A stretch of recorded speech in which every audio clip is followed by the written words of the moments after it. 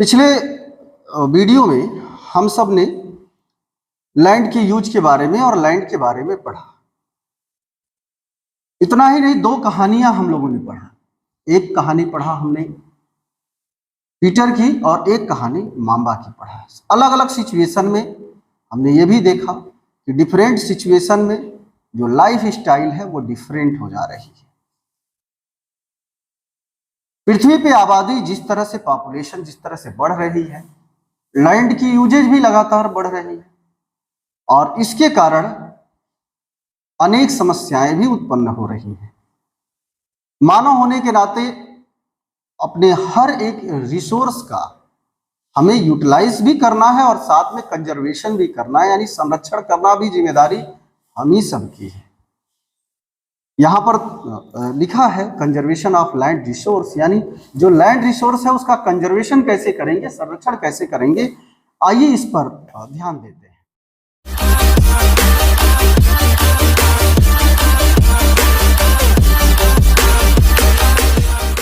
Growing population and their ever growing demand has led to a large scale destruction of forest cover and arable land and has created a fear of losing and natural resource। Means बढ़ती जनसंख्या तथा इसकी बढ़ती मांगों के कारण, लगातार population increase करने के कारण और लगातार इसकी डिमांड बढ़ने के कारण, डिमांड इंक्रीज करने के कारण वन भूमि यानी फॉरेस्ट लैंड एंड कृषि योग्य भूमि यानी एग्रीकल्चर लैंड का बड़े पैमाने पर विनाश हुआ है। यानी पृथ्वी से लगातार वन भूमि खत्म हो रही है, लगातार कृषि योग्य भूमि खत्म हो रही है। वन भूमि क्यों खत्म हो रही है? इसलिए खत्म हो रही है कि हम डिफॉरेस्टेशन की तरफ तेजी से बढ़ रहे हैं। एफॉरेस्टेशन की तरफ हमें तेजी से बढ़ना चाहिए, पेड़ पौधे तेजी से लगाने चाहिए। पेड़ पौधे अगर हम लगाते हैं किसी भूमि पर तो उसको तैयार होने में 10 साल, 20 साल, 25 साल यानी 10 ईयर, 20 ईयर, 30 ईयर, 40 ईयर तक लग जाते हैं। किसी फॉरेस्ट को बनने में ज़्यादा से ज़्यादा समय भी उसको ग्रो करने में लगते हैं, लेकिन काटने में लगातार बढ़ती टेक्नोलॉजी के कारण और लगातार जनसंख्या और पॉपुलेशन बढ़ने के कारण जो डिफॉरेस्टेशन है वो तेजी से हो रहा है। हमारी जो है कैपेबिलिटी या कैपेसिटी कहिए कि लगातार हम रिसोर्स का इतना यूज कर रहे हैं कि वो लगातार खत्म होता चला जा रहा है। इससे लगातार विनाश हुआ है। इससे इस प्राकृतिक संसाधन, इस नेचुरल रिसोर्स के समाप्त होने का डर पैदा हो गया है कि ये जो नेचुरल रिसोर्स हैं, खास करके वन भूमि, वन रिसोर्स है, जो फॉरेस्ट रिसोर्स है, जो पूरा ट्री प्लांटेशन है, वो लगातार खत्म होने का डर पैदा हुआ है। इसलिए विनाश की वर्तमान दर को अवश्य ही रोकना चाहिए। रिक्वेस्टिंग फॉर्म है यहाँ पर। यहाँ पे कहा जा रहा है कि इस तरह की विभीषिका, इस तरह का जो विनाश की वर्तमान रेट है, जो प्रेजेंट रेट है, उसको अवश्य ही हमें रोकना चाहिए। और रोकने का एकमात्र तरीका है, एक दिन सिर्फ पर्यावरण दिवस के दिन एफॉरेस्टेशन कर देने से या डेटा गिना देने से कि बहुत अधिक हम पेड़ लगाए हैं। कोई ऐसा दिन आएगा, कोई दिन रहेगा जिस दिन विशेष दिन रहेगा, कोई दिवस रहेगा, तो लगेगा गली मोहल्ले से लेकर के हर जगह एक ही बात, पेड़ के पास लोग बैठ करके पेड़ खिंचाता नजर आएंगे कि ठीक है, जो है वो प्लांट लगा रहे हैं तो एक सेल्फी हो जाए, और इस तरह से कोई एक विशेष दिन ऐसा दिखेगा। अब बाकी दिन सांस तो डेली ले रहे हैं ना, ब्रीथिंग डेली ले रहे हैं, डेली हम लोग को सांस की जरूरत है, तो बाकी दिन कौन रक्षा करेगा, कौन सुरक्षा करेगा? तो ये थोड़ा सा जो रेट है, ऐसे नहीं, दिल से आनी चाहिए वो बात, दिल से आनी चाहिए वो जज्बात, मात्र कागजों और सेल्फी से वो बात नहीं आने वाली। ये थोड़ी ध्यान देने वाली बात है। तो ये जो विनाश की रेट है, लोग जो वर्तमान में प्रेजेंट में जो रेट चल रहा है ना, इसको अवश्य ही रोकना चाहिए हमें कि भाई ये वर्तमान दर जो है विनाश का थोड़ा कम हो। और दिल से जब बात निकलेगी ना तो शायद मन की बात से बेहतर होगी, है ना। तो ठीक है, आगे की तरफ बढ़ते हैं। अभी आप देखेंगे यहां पर कि इसे अवश्य ही रोकना चाहिए। वन रोपण, भूमि उद्धार, रासायनिक कीटनाशकों और उर्वरकों के विनियमित उपयोग तथा अतिचारण पर रोक आदि भूमि संरक्षण के लिए प्रयुक्त कुछ सामान्य तरीके। वाह, क्या एनसीईआरटी लिखती है, ऐसे ऐसे शब्द का संचय और ज्योग्राफिकल टर्म में भी इतने अच्छे हिंदी शब्दों का समन्वय। आनंद आ जाता है, मजा आ जाता है, लेकिन समझने की कोशिश करेंगे तब। If you are understanding this line, if you are understanding this statement or sentence, so you can better in your examination. So first, it is your responsibility understand this all, understand this all statement or sentence. One रोपण, भूमि उद्धार, रासायनिक कीटनाशकों, एक एक को समझिए जरा। One रोपण यानी वनों का रोपण, वनों के रोपण को क्या कह रहे हैं हम? देयरफॉर, जी, अफॉरेस्टेशन, बिल्कुल सही जवाब है। Therefore the present rate of degradation of land must be checked. Afforestation, land reclamation, regulated use of chemical pesticide and fertilizers and checks on overgrazing are some of the common methods used to conserve land resource. अभी बहुत जल्द ही आपने देखा एक बड़ी अच्छी योजना सरकार द्वारा लाई गई है, बहुत अच्छी, तारीफ जितनी की जाए कम है। मेरी माटी मेरा देश। तो माटी मतलब हर जगह जगह से हम मिट्टी उठाएंगे, उसे कलश में भरेंगे। 15 अगस्त का ये प्रोग्राम था, हर घर तिरंगा के साथ ये भी चल रहा था जी। और इसको ये कहा गया कि ये जो हर जगह से हम मिट्टी उठाएंगे और इसे फिर ले जाएंगे हम दिल्ली में, इसका एक पूरा, इस मिट्टी को एक जगह रखेंगे। इससे होगा क्या? देखिए, एक तो बहुत अच्छी बात ये है कि हमें पूरे भारत से मिट्टी उठाने का, वहां प्रतिस्थापित करने का, ले जाने का, रखने का एक मौका मिलेगा। पहली चीज, इससे जो भाव निकल रहा है, सबसे बढ़िया भाव ये है कि हमें अपने मिट्टी से प्यार बढ़ेगा। मिट्टी से जब प्यार बढ़ेगा तो ये संभावना है कि हम जो पेस्टिसाइड लगातार यूज कर रहे हैं, केमिकल पेस्टिसाइड यूज कर रहे हैं, जिससे मिट्टी की उर्वरता लगातार घट रही है, उस पर थोड़ा ध्यान तो हमारा जाएगा कि ऐसा नहीं करना है। लगातार जो है केमिकल फर्टिलाइज यूज करके और लगातार जो मिट्टी खराब हो रही है उस पर ध्यान जाएगा, तो हम हो सकता है कि ऑर्गेनिक फार्मिंग की बात करें। ऑर्गेनिक फार्मिंग की अगर बात करेंगे तो ये मिट्टी संरक्षण हो पाएगा, सॉइल कंजर्वेशन हो पाएगा। यहाँ पे जो यूज ऑफ केमिकल पेस्टिसाइड की बात कर रहा है एंड फर्टिलाइजर्स की बात हो रही है, and checks on overgrazing are some of the common method used to conserve land resources. So विनाश की वर्तमान दर को अवश्य ही रोकना चाहिए, वन रोपण करना चाहिए, वनों को रोकना चाहिए, भूमि उद्धार करना चाहिए साहब, भूमि उद्धार का मतलब क्या है यहाँ पर? भूमि उद्धार, कहीं भूमि बंधन में है क्या? गुलाम हो गई है क्या भूमि? जब कोई भी चीज हद से ज्यादा हो जाती है ना, तो उसका परिणाम भी बुरा होता है। रासायनिक कीटनाशकों और जो केमिकल फर्टिलाइजर हम लगातार यूज कर रहे हैं, जो फर्टिलाइजर यूज कर रहे हैं, उसको विनियमित करने की जरूरत है, विनियमित करने का, रेगुलेट करने की जरूरत है। उसको कितना, किस भूमि में उपयोग करेंगे, कहीं ऐसा तो नहीं बहुत ज्यादा उपयोग कर ले जा रहे हैं, इस पर भी ध्यान देंगे। तथा अतिचारण पर रोक, यानी पशुओं की जो ओवरग्रेजिंग कराते हैं, ओवरग्रेजिंग से भी जो है ये मिट्टी का कटाव बहुत तेजी से होता है, उसको भी वहां संरक्षित करने की जरूरत है। और इस संरक्षण के लिए प्रयुक्त सामान्य तरीके हैं। ये सब तरीका ऐसा है कि जिससे हम अपने लैंड्स को बचा सकते हैं या भूमि को बचा सकते हैं, भूमि का संरक्षण कर सकते हैं। अगला पॉइंट मृदा है, मिट्टी की तरफ बढ़े, आगे बढ़ा जाए। ग्लोसरी, वेदरिंग द ब्रेकिंग, पहले इसकी सॉइल पे आने से पहले एक बार ग्लोसरी को देख लीजिए। Weathering the breaking up and decay of exposed rocks by temperature changes.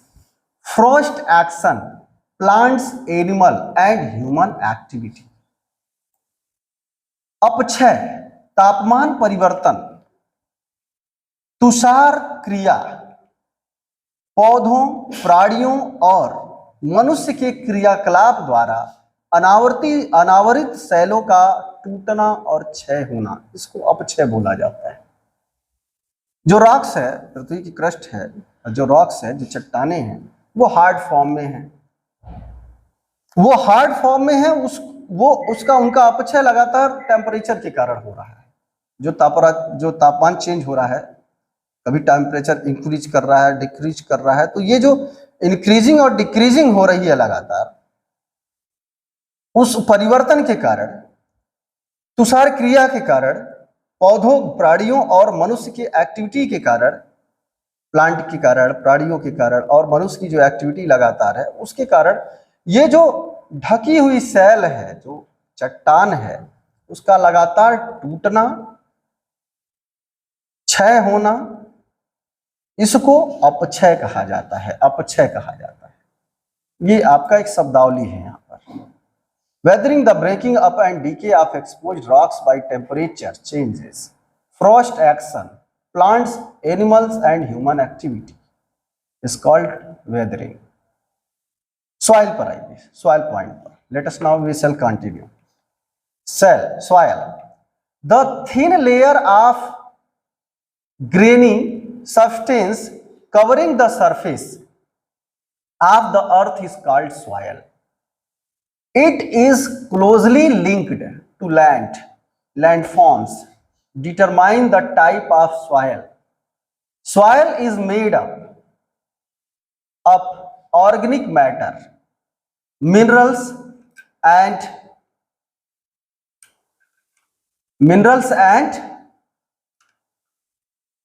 weathered rocks. Minerals and weathered rocks found on the earth. This happens through the process of weathering. The right mix of minerals and organic matter make the soil fertile. The thin layer of grainy substance. The thin layer of grainy substance covering the surface of the earth is called soil. It is closely linked to landforms determine the type of soil. Soil is made up of organic matter, minerals and weathered rocks found on the earth. This happens through the process of weathering. The right mix of minerals and organic matter of the soil fertile.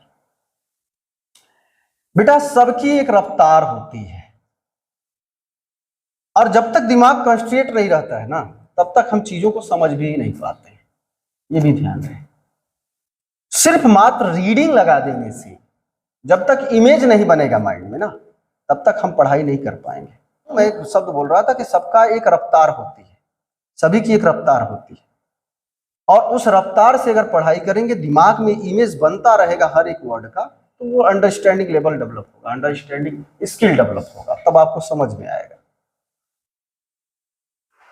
पृथ्वी के पृष्ठ पर दानेदार कणों के आवरण की पतली परत मृदा कहलाती है। जानते हैं हम,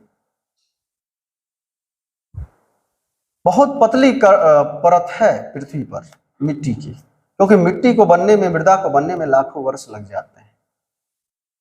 बहुत पतली परत है। पतली परत का सेंस हो गया कि बहुत कम ऐसा लेयर है जो मिट्टी का है, इनफ है मनुष्य के लिए। रिसोर्स का अगर सही इस्तेमाल करेंगे तो मिट्टी भी लगातार बनी रहेगी। हाँ, गलत इस्तेमाल कहीं भी होगा तो उसका नुकसान होगा।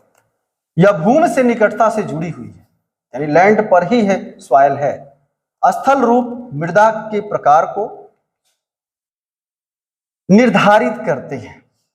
मृदा का निर्माण चट्टानों से प्राप्त खनिजों और जैव पदार्थ तथा भूमि पर पाए जाने वाले खनिजों से होता है। जो मिट्टी का निर्माण है वह चट्टानों से प्राप्त जो खनिज हैं, जो मिनरल्स हैं, और जो जैव पदार्थ है तथा भूमि पर पाए जाने वाले जो खनिज हैं, उनसे होता है। यह अपक्षय की प्रक्रिया के माध्यम से बनती है। खनिजों और जैव पदार्थों का सही मिश्रण मृदा को उपजाऊ बनाता है। अगर मिट्टी में मिनरल्स और ह्यूमस या जैव पदार्थ जो है वो सही मात्रा में मिक्स है या मिक्सचर है उसका, तो मिट्टी फर्टाइल होगी, उपजाऊ होगी। जरा ये लेयर देख लीजिए, यहाँ पर इन्होंने कहा है मृदा परिच्छेदिका, यानी सॉइल प्रोफाइल की बात हो रही है, सॉइल प्रोफाइल की बात हो रही है। इसको जरा समझें, ये फिगर आपको माइंड में होना चाहिए। जो सॉइल प्रोफाइल का फिगर है वो आपके माइंड में होना चाहिए। इसे बना लीजिएगा, ध्यान दीजिएगा इस पर। इसका लेयर देख लीजिएगा, ये टॉप सॉइल है विथ ह्यूमस एंड वेजिटेशन, यानी जो जैव पदार्थ है और जो वेजिटेशन है, जो वनस्पतियां हैं, यानी ह्यूमस वनस्पति के साथ जो ऊपरी मृदा है, ये पहला लेयर है। बालू, गाद, क्लेस के साथ उपमृदा उसके जस्ट नीचे वाला लेयर है। अपक्षयित चट्टान पदार्थ है, वो उसकी तीसरी लेयर है। और जो जनक चट्टाने हैं वह आपकी चौथी लेयर। यहाँ ऐसे क्रम से अगर देखा जाए ऊपर से नीचे की तरफ, इसको पेरेंट रॉक बोलेंगे, इसको वेदर रॉक मटेरियल बोलेंगे, इसको सब soil with sand, silt and clay बोलेंगे, और इसे top soil with humus and vegetation बोलेंगे। इसका और डिटेलिंग अगली क्लासेज, अगली वीडियोज में देखेंगे इसको। Do you know it takes hundreds of years to make just 1 centimetre of soil. इसी बात का जिक्र कर रहा था कि मिट्टी को बनने में, एक पतली लेयर बनने में लाखों वर्ष लग जाते हैं। लिखा क्या आप जानते हैं? क्या आप जानते हैं? केवल 1 सेंटीमीटर मिट्टी को बनने में सैकड़ों वर्ष लग जाते हैं। 1 सेंटीमीटर मिट्टी। स्केल पे देखिए, जो दिमाग अपना स्केल पे ले जाइए। स्केल जो आपकी इंस्ट्रूमेंट बॉक्स में, जो आपके ज्योमेट्री बॉक्स में जो स्केल है, उस पर देखिए, उस पर थोड़ा इमेज अपना माइंड सेट करिए। देखिए 1 सेंटीमीटर कितना होता है, कितनी छोटी। उतना लेयर बनने में सिर्फ पृथ्वी पर सैकड़ों वर्ष लग जा रहे हैं, सैकड़ों वर्ष लग जाते हैं। मृदा का निर्माण चट्टानों से प्राप्त खनिजों और जैव पदार्थ तथा भूमि पर पाए जाने वाले खनिजों से होता है। यह वेदरिंग की प्रक्रिया के माध्यम से बनती है। अभी वेदरिंग पीछे पड़े हैं हम लोग, इसमें टेम्परेचर भी था, मनुष्य की एक्टिविटी भी थी। खनिजों और जैव पदार्थों का सही मिश्रण मृदा को उपजाऊ बनाता है। एक यहाँ पर ये जो चार्ट दिया गया है, मृदा बना है और मृदा के साथ यहाँ पे लिखा गया है जनक सेल, रंग, गठन, रासायनिक गुणधर्म, खनिज मात्रा, पारगम्यता को निर्धारित करती है। एक देखिए यहाँ पूरा स्टेटमेंट लिखा गया है, आइए जरा इस फिगर पर आइए। यहाँ पे लिखा गया है factor of soil formation. Soil determines colours, मिट्टी का भी रंग होता है। काली मिट्टी, लाल मिट्टी, पीली मिट्टी, भूरी मिट्टी, लैटराइट मिट्टी, तमाम ऐसे उसका भी कलर है, मिट्टी का भी कलर है। तो determine colour, texture, chemical properties, minerals content and permeability.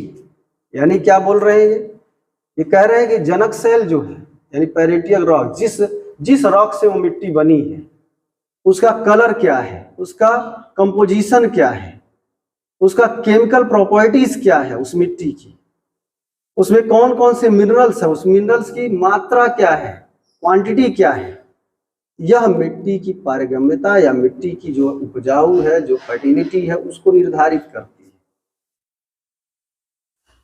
उसको डिसाइड करती है, उसको निर्धारित करती है।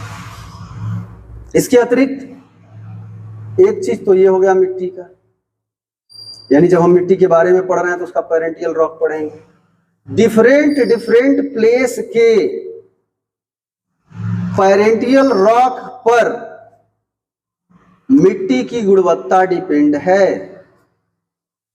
उसका कलर, उसका टेक्सचर डिपेंड है, उसका केमिकल प्रॉपर्टीज डिपेंड है। तो ये पहले मिट्टी के बारे में पढ़ेंगे। जलवायु, तापमान, वर्षा, अपक्षय और ह्यूमस निर्माण की दर को प्रभावित करते हैं। क्लाइमेट यानी जलवायु को जब हम बात करते हैं, जलवायु की बात करते हैं, तो इसमें टेम्परेचर प्रभावित करता है। कहीं का भी जलवायु टेम्परेचर पे डिपेंड है और टेम्परेचर पर कहीं ना कहीं सॉइल भी डिपेंड है। जितने भी प्रकृति की कंपोनेंट है ना, जो भी प्रकृति के कंटेंट है ना, वो एक दूसरे से जुड़े हुए हैं। साइकिल भी बोलते हैं उसको, वाटर साइकिल और कार्बन साइकिल और नाइट्रोजन साइकिल, इस तरह की चीजें आपके साइंस में मिलेगा। ये साइंस में पढ़ेंगे आगे चलकर, वहां भी नेचुरल रिसोर्स करके चैप्टर है, उसमें पढ़ेंगे इसको। Climate, temperature, rainfall influence rate of weathering and humus formation. जलवायु, तापमान, वर्षा, अपक्षय और ह्यूमस निर्माण की दर को प्रभावित करते हैं। मिट्टी के निर्माण के रेट को प्रभावित करते हैं। मिट्टी का निर्माण को प्रभावित करने वालों में से ह्यूमस भी है, वेदरिंग भी है, तो रेन भी है, टेम्परेचर भी है, और इन सबको मिलाकर के जलवायु भी, ये मिट्टी को प्रभावित करता है। उच्चावच, तुंगता और ढाल मृदा के संचय को निर्धारित करते हैं। शब्दों पे ध्यान दीजिएगा, रिलीफ की बात हो रही है। Altitude and slope determine accumulation of soil. Flora, fauna and micro organism affect the rate of humus formation. यानी वनस्पति जात, प्राणी जात यानी पेड़ पौधे, जीव जंतु और माइक्रो ऑर्गेनिज्म, ये जो है ह्यूमस निर्माण के रेट को प्रभावित करते हैं, और ह्यूमस जो है फिर मिट्टी को बनाने की रेट को प्रभावित करता है। मृदा समय मृदा परिच्छेदिका की मोटाई को निश्चित करता है। समय, time determine thickness of soil profile, यानी जो समय वह डिटरमाइन करता है किसको, मोटाई को, सॉइल प्रोफाइल की मोटाई को। तो ये फैक्टर्स अफेक्टिंग सॉइल फॉर्मेशन, मिट्टी बनने की ये जो प्रक्रिया है, ये इसमें दर्शाया गया है। कुछ चीजें पीछे छूट रही हैं, इस पर जरा एक एक बात कर लेते हैं। यहां पे देखिए लैंडस्लाइड्स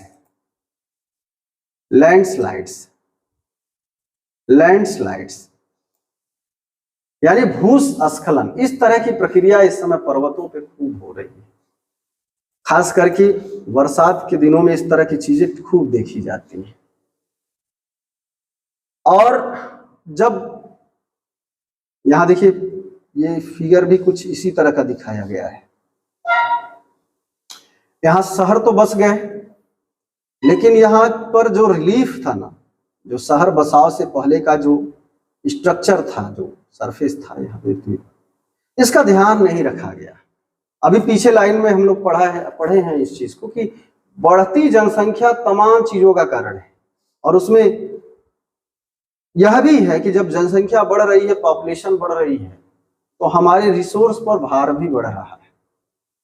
हम आवास के लिए लगातार बिल्डिंग बनाते जा रहे हैं, और बिल्डिंग कंस्ट्रक्शन भी ऐसे जगहों पे हो रहा है जो मानक के अनुरूप जगह नहीं है। उसका पहले टेस्टिंग नहीं हुई है, वहां के पृथ्वी का जो परत है, जो नीचे का प्लेट है, उसकी चेकिंग नहीं हुई है, वहां की जो बाहरी कंडीशन है उसकी भी चेकिंग नहीं हुई है। इसको पूरा बाकायदे चेक करके प्लान वे में शहर नहीं बसाए गए हैं। ऐसे अनप्लान्ड वे में तमाम शहर की कहानियां हैं। विश्व में तमाम ऐसे देश हैं, भारत के भी बहुत तमाम राज्य हैं, जहां पर अपना एक राज्य है उत्तराखंड। अक्सर वहां से शिकायतें इस तरह की आती रहती है, कभी रोड जो है कंस्ट्रक्शन डिस्ट्रॉय हो रहा है, कभी बिल्डिंग्स जो ह्यूमन जो भी कंस्ट्रक्शन हुए हैं वो डिस्ट्रॉय हो रहे हैं, और उससे बहुत जन धन की हानि हो रही है वहां पर। यहाँ बगल में पर्वत खड़ा है, जब यहाँ से लैंडस्लाइड होगा तो कहीं कहीं ये जो आबादी है वो प्रभावित होगी, उससे इफेक्ट होगी। लेकिन फिर भी यहाँ पे इस पॉइंट को पहले पढ़ते हैं, देखते हैं इसमें क्या लिखा हुआ है। इसमें लिखा है, पहली लाइन को देखते हैं, भूस्खलन को सामान्य रूप से सैल, मलबा या ढाल से गिरने वाली मिट्टी के बृहद संचलन के रूप में परिभाषित किया जाता है। यानी जब लैंडस्लाइड की बात करते हैं तो landslides are simply defined as the mass movement of rock debris of earth down a slope. यानी सामान्य रूप से अगर देखा जाए तो सैल यानी चट्टान, मलबा या स्लोप, मलबा को इंग्लिश में क्या लिखा गया है? डेब्रिस।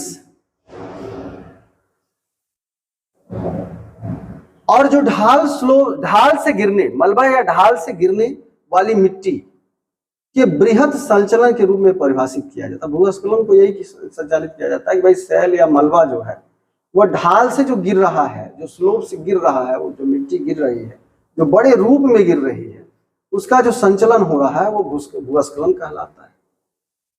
और ये होता क्यों है? तो ये प्राय भूकंप के कारण होता है। जब भूकंप आता है और वाइब्रेट होती है पृथ्वी, उसका क्रस्ट जो है वाइब्रेट होता है, और वहां जो मूवमेंट होती है उससे जो भी कंस्ट्रक्शन इस पृथ्वी पर बने हुए हैं वो सारे मूवमेंट होने लगते हैं। इस मूवमेंट के कारण जो है बिल्डिंग्स या जो भी ह्यूमन निर्माण है वह प्रभावित होता है।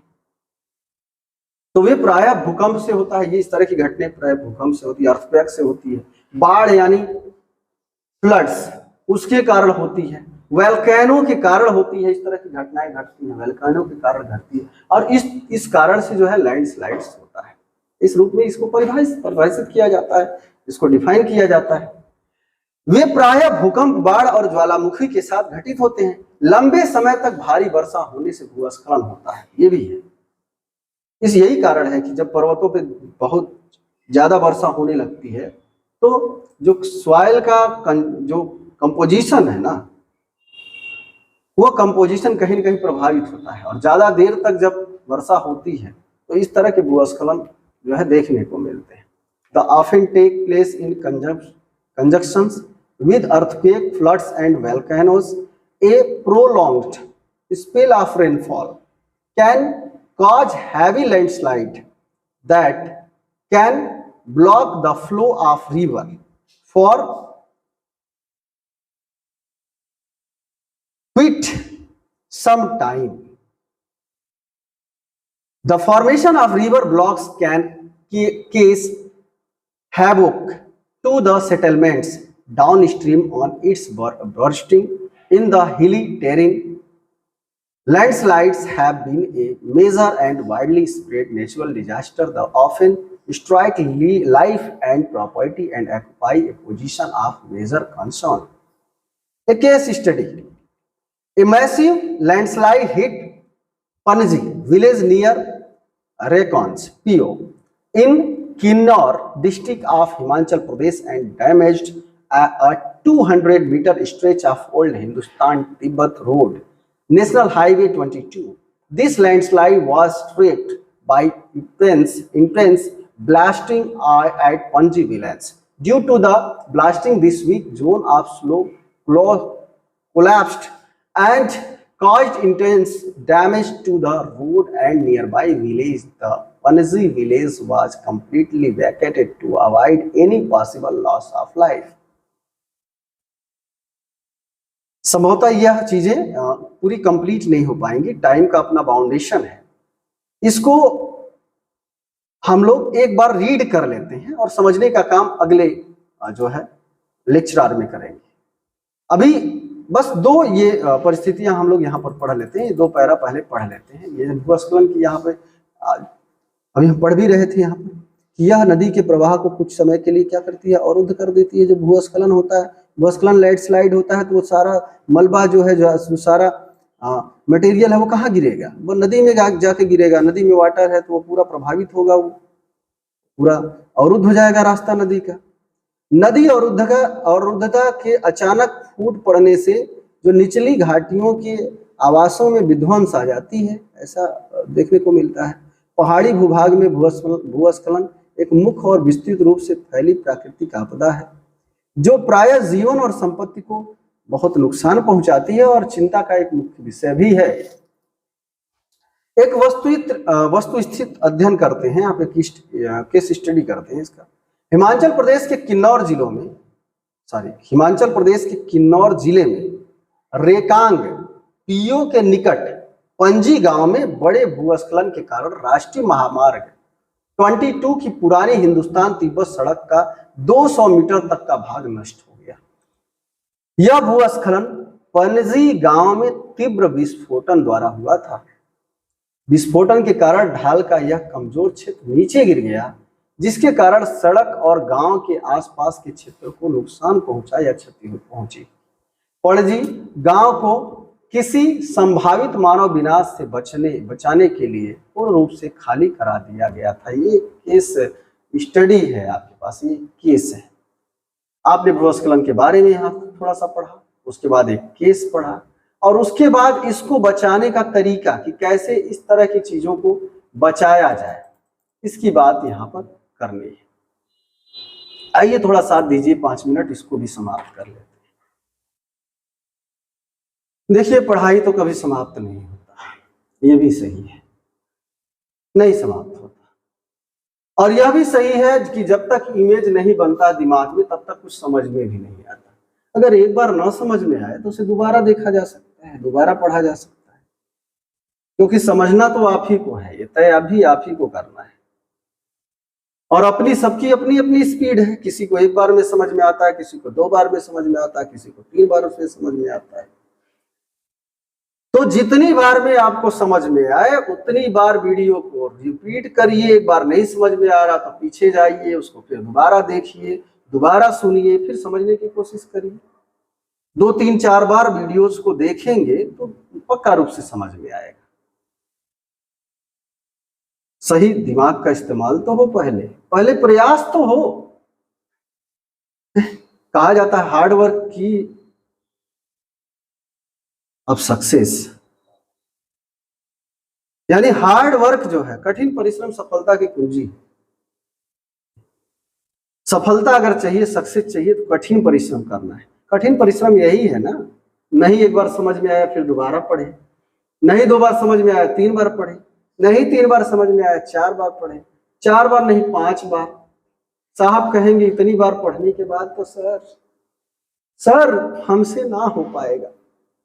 अरे आपसे नहीं हो पाएगा तो किससे हो पाएगा, ये भी तो सोचिए। बड़ा बड़ा कार्य हम सब कर जाते हैं अगर ठान लेते हैं तो जीत है, हार गए तो कोई बात ही नहीं है ना।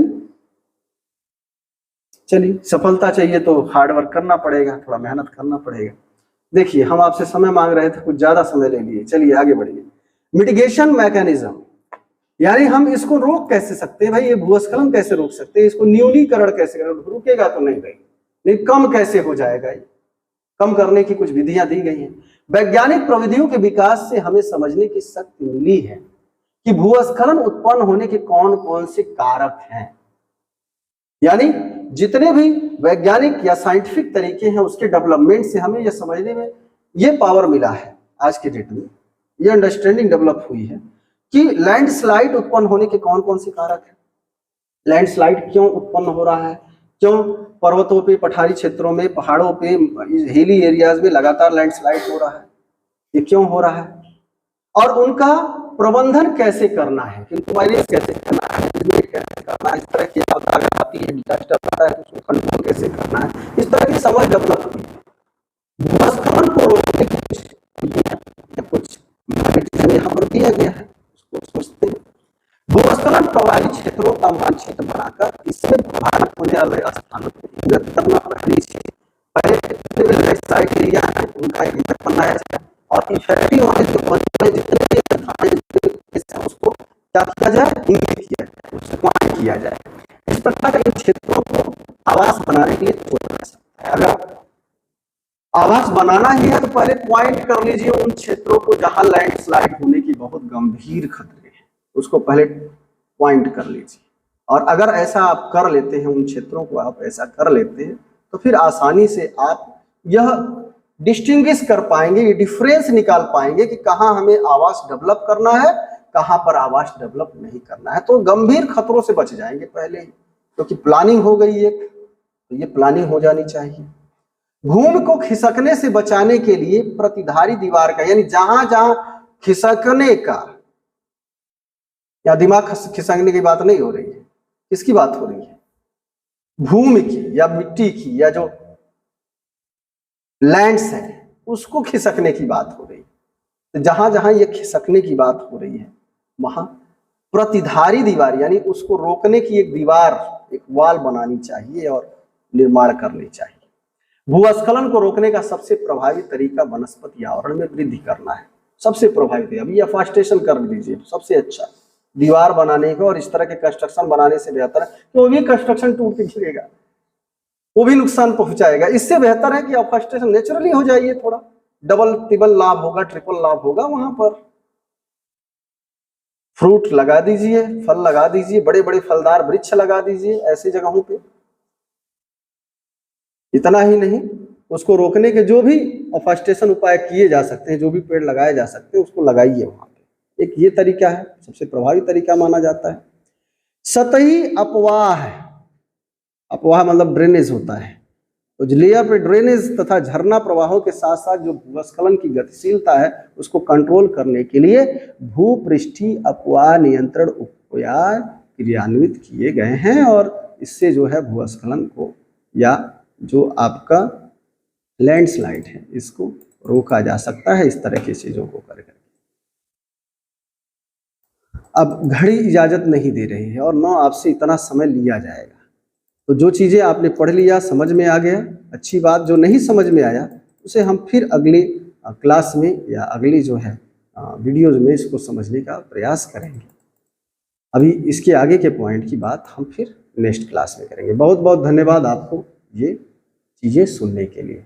हाँ, एक चीज़ आप लोगों से रिक्वेस्ट है कि अगर हम आपकी पढ़ाई में थोड़ा सा भी कंट्रीब्यूशन कर पा रहे हैं या लगता है कि ठीक है इसकी ये वीडियो और बेहतरीन होनी चाहिए, तो आपके जो है फीडबैक से ये चीज़ें और अच्छी हो सकती हैं।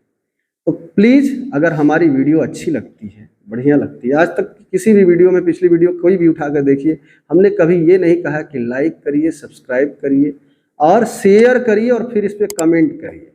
तो भाई लाइक करिए, सब्सक्राइब करिए, कमेंट शेयर करिए या न करिए। अगर आपको अच्छा नहीं लगा तो आप क्यों करेंगे, मत करिए, लेकिन फीडबैक और कमेंट तो जरूर दीजिए जिससे हम अपने अंदर सुधार तेजी से कर पाएँ। हम सुधार करेंगे तो आपके साथ इस सुधार में हम सहयोग करेंगे। तो आज के लिए बस इतना ही, धन्यवाद।